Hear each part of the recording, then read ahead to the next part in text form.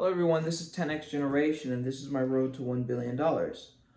This video is after a big break, and if you've been keeping along, I wiped my channel, I got rid of the profile page. It was kind of dramatic, which I realize I tend to be, because I didn't really want to do it anymore. I was doing daily videos and I didn't really want to do it anymore, and my reasons weren't very good reasons. I speak more about it in the previous videos where I was actually in that mental space of why I wanted to stop, but they weren't good reasons. And after talking with my brother and just thinking to myself, I decided to reinstate it because I still think it will be a good resource, because I'm trying to build this company, trying to build this $1 billion company, and it would be cool to have a resource like this. Plus, the community that I would build in that journey is I think it would be a really cool community to have. So those still exist, so that's why I'm back. Yeah, but quite a few things have changed. You can see, first off, I have my braces, so I gotta keep these on. So if my voice is a little lispier, that's why. And also I released Neon Arcade. So if you don't know what Neon Arcade is, that's my product. It's a computer sharing platform. So let's say someone in your community has an excellent computer and I have a crappy laptop. What I could do is rent time on their computer, and using streaming, I could stream the game that I want to play directly to my device. So I could just open up my LG laptop and pay for the token, pay for the time, and then I can stream God of War or whatever game onto my laptop, basically virtually accessing that computer.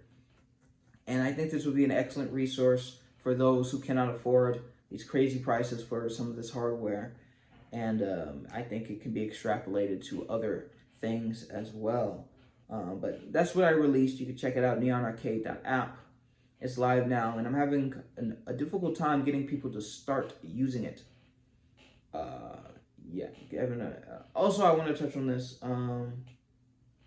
Whenever I speak about this, there's always a concern that how would you get around licensing? Like, how can you play a game on someone else's computer that's clearly against the terms of service? Well, what you would do is remotely log into your Steam account, and you only have access to games that you already own. So we kind of circumvent that, so that's cool. But yeah, so that's where we're at. And like I said, I'm having a hard time getting people to actually use it. I've been dabbling. Well, I've been using Google ads and I've been using Facebook ads, and honestly, I'm starting to think that it's not an issue with the platform and it's an issue with me. I'm just not super good at making these things, which is fine. My skill points aren't in marketing.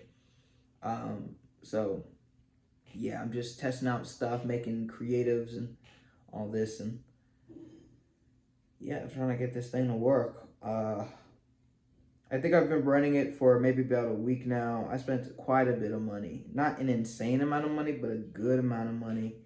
And I do have, here's the thing, I do have about 200 or so signups. So I do have 200 or so signups, but this is the critical point that makes this extra special, extra difficult in marketing, because it's a two-sided market. Most products, you just sell them the product or you sell the service, and it's like, okay. But mine is two-siders. There's people who are, it's a marketplace. There's people who host computers and there's people who rent computers. And the people have to host the computers at the same time as renting the computers. So that makes it extra difficult. Plus, it's something that is also kind of like Uber, because Uber, there's a security component to it. People are a little wary of putting their computers publicly accessible by others so someone can remotely log into your computer. Of course, it's safe because following the protocol, you only give access to their controller. So there's no way for them to, run commands or download anything or anything like that. They only have access to a game controller, and you would monitor them on your remote setup. But it's still like a risky thing. So it's like a marketplace, a two-sided marketplace, right? It's a marketplace. Plus, it has a time component. There has to be an alignment. The renters have to be trying to get on at the same time as the hosts. And there's a security component. So it's like Uber. People are a little wary of allowing random people onto your site. But I do think these challenges, if overcome, will make this a staple of the gaming community. Honestly, I don't think I have the marketing finesse to do this, honestly. But like I said, I have about 200 people, 200 accounts right now, which is cool. But 200 accounts, and my strategy for right now is just to focus it in Georgia or in a certain locality. So I release it only for, like, let's say Atlanta, right? Only for Atlanta, and I just dump ads into Atlanta so that, because it's also proximity based. That's the other part. It's proximity based. So someone has to be close to you. Because if someone's across the country, well, you're not going to get the best latency. The closer they are, the better the latency. So I'm thinking of having it in a like doing city by city, but that seems very straightforward, kinda, right? Like you just, okay, then pick a city. I'm doing Atlanta, and then just market both sides, and then eventually there will be some traction, and then keep going. But there's so many layers, because first the ads have to be good. You gotta make creatives. You gotta have good taglines, hooks, and you have to use certain kind of language. I've been, learning a lot about that. And then after that, you got to take them to the landing page. So after they click on the ad, you can't just throw them into the app. You take them to a landing page where they can learn more, where they can get excited, and all that. And then they make an account. And then there's onboarding. So, like, there's 4 steps before they're even able to make the decision whether or not to use the service. Honestly, because if you don't know how to use it, how can you use it, right? So it's honestly a really difficult problem. It's pretty difficult on top of all the other challenges, and my skill set isn't in that. Of course, I'm gonna do everything that I can to optimize myself so that I could do it, but it's tough, man. It's tough. It's tough. I picked a difficult segment.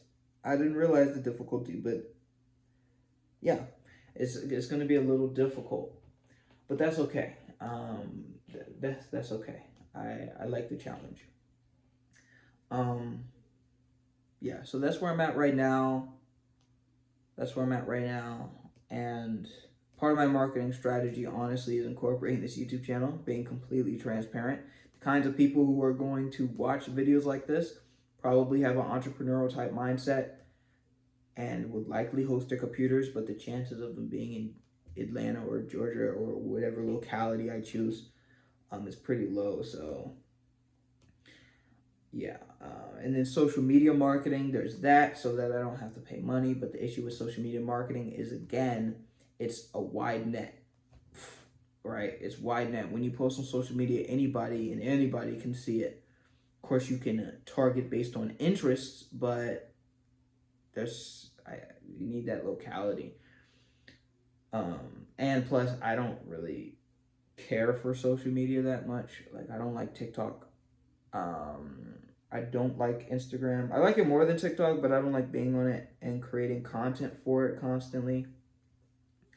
This YouTube thing is probably the best thing that I like doing in this way, because I don't have to put a whole lot of thought into it, honestly. I kind of just ramble. But that's where I'm at. I'm trying to figure out how to get users onto my this thing, and I thought of some other ideas. Maybe I could make it so that it's like a cool math. So instead of only having games that you can remotely play and you're constantly waiting for another computer, you kind of hook people in and get people on the site continuously with Flash games.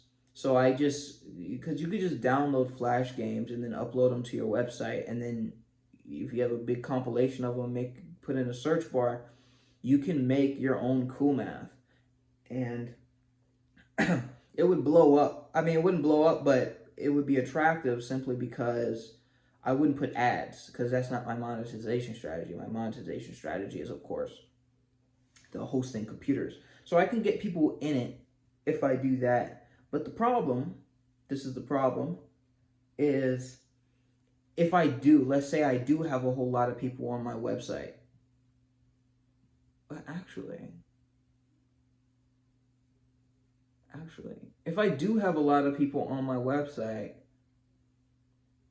what I'm thinking about is bandwidth. If I have a whole lot of people on my computer, there's going to be this ton of bandwidth, and then my operation costs go way up. Yet those people aren't generating any money, but I could just make it so that it's not constantly updating.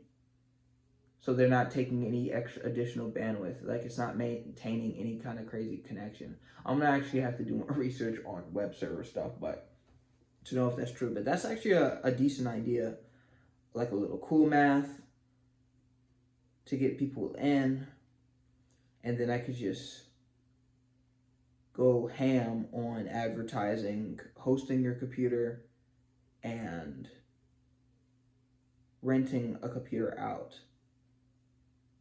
Wow.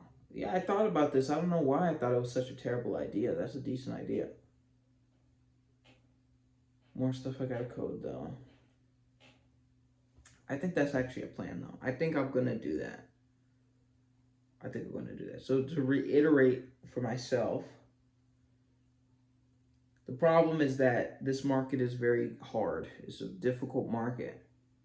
But I can keep people in by providing Flash games on my site so that people will log in for the games. They're obviously gamers. Log into the games, they'll play the Flash games, and that will make people stay on my site longer so that the time alignment is easier. Plus, people will be more willing to create an account and start if they can immediately jump in and start playing the game. And it really does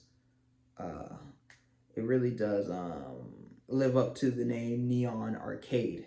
You know, arcade, you just can hop from game to game. And yeah, and if people are going to be on my site for a long time, I could implement additional monetization strategies. I'm not going to do ads because I hate ads, but I'm sure there's something more clever than ads. Yeah. I don't know. Maybe it could be a certain kind of ad. Like ads about mattresses. I don't want to be on my website, but I could have ads for games, other games, like advertise your game on my platform while they're playing games. Yeah, that actually sounds pretty cool. Okay, yeah. Well, that's where I'm at now. I will say, well, I'm not gonna like apologize, but yeah, I mean that's really it.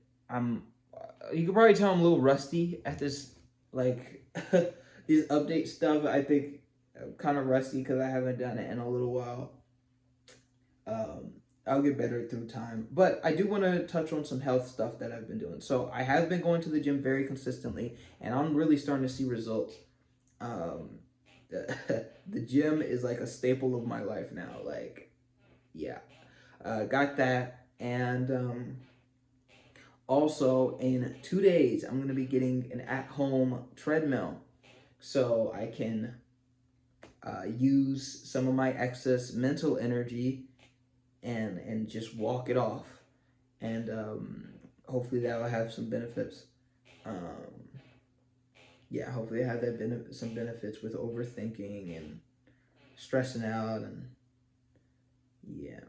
Oh, and here's another update that I have. So I was playing the piano, and I'm learning a song, and then I wanted to go back to one of my previous songs that I had learned, right? It was uh what's that song? Aladdin. I Could Show You the World. I just pick random songs to learn, but I Could Show You the World by that Aladdin song. But I was learning this new song and I had forgot that old song. And for whatever reason, this caused me a lot of stress. I was like, man, why does this always happen? Whenever I learn something new, I forget everything else. And it stressed me out because I was thinking like, is that true for my entire life? Am I like running in circles because I just forget the lessons that I once knew? Um, and I realized that I got to get rid of the arrogance thinking that I can keep everything inside my brain. I can remember everything. Like I have I have like mental limitations. At any one time, like I thought about this for myself. At any one time, I can only memorize like 5 songs. Like once I learn a sixth, one of those songs are gone. And as soon as I try to learn that one again, this other one goes away. So like you could think of that as like working memory. And of course, the number's not the same for everything else, but like that could be for life, that could be for business, that could be for marketing, that could be for programming, that could be for socializing, that could be for a whole lot of other things. I have a certain bandwidth that I can't exceed. So, in order to not exceed that, I've implemented like a very robust schedule, and I have lists and papers and notes of everything now. I keep notes of everything that I want to remember, everything that I want to do, so that I'm using that bandwidth. I'm shortening that bandwidth, or how much bandwidth I'm using in my head, right? If I need to do something in the day, I'll write it down.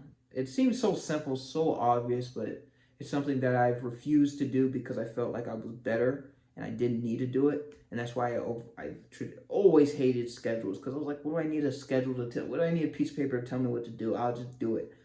But yeah, I might have that and I rely on it. And I, it, another skill that showed me that I need to learn is discipline. I have almost no discipline. I just do stuff when I want to do it. And it works out because most of the time the things that I want to do are things that I need to do. So programming, I have no issue. Going to the gym, I have no issue. Eating correctly, I have no issue. But other stuff, sometimes it's difficult to stay disciplined about it. So another thing I got to work on.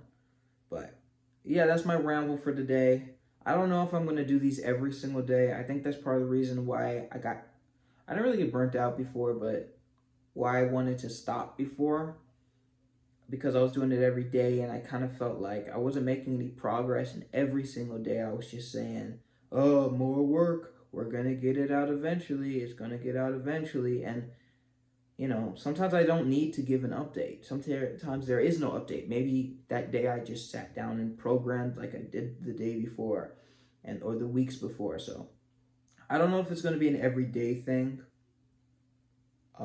I could have it more organized where I have it so it's in like every 5-day thing, or every like Mondays and Fridays or something like that.